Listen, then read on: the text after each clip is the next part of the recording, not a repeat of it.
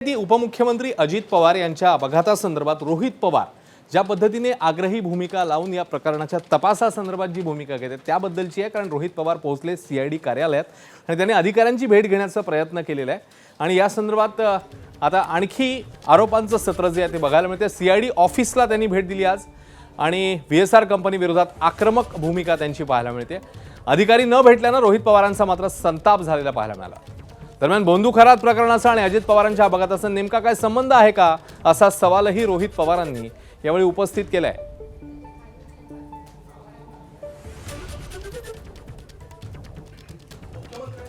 तर रोहित पवारांनी खरातचं अजित पवारांच्या अपघाताशी कनेक्शन असल्याचा पुन्हा एकदा आरोप केलेला आहे, तसं बोलून दाखवलं। नेमकं रोहित पवार काय म्हणाले बघूया। राजकीय नेता आहे, बारामतीचा आहे, छोटा नेता आहे असं आम्हाला कळालंय।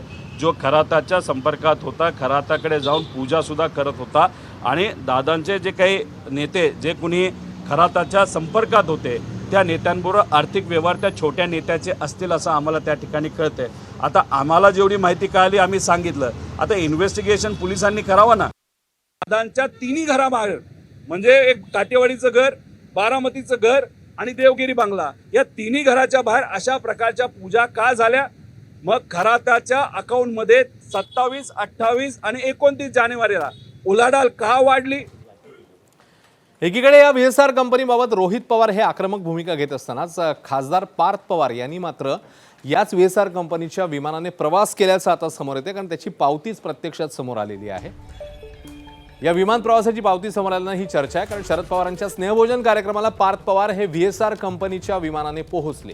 व्हीएसआर कंपनीच्या विमान अपघातातच अजित पवारांचा मृत्यू झालेला होता। रोहित पवारांकडे वारंवार या व्हीएसआर कंपनीवर अत्यंत गंभीर आरोप करण्यात येत आहेत। पार्थ पवारांचे बंधू जय पवारांनीही व्हीएसआरवर कारवाईची मागणी एकीकडे केलेली असतानाच पार्थ पवार मात्र या विमानाने पोहोचल्यानं चर्चा सुरू आहे। व्हीएसआरच्या लिअरजेट 45 मॉडेलच्या 4 विमानांवर डीजीसीएने बंदीही घातली।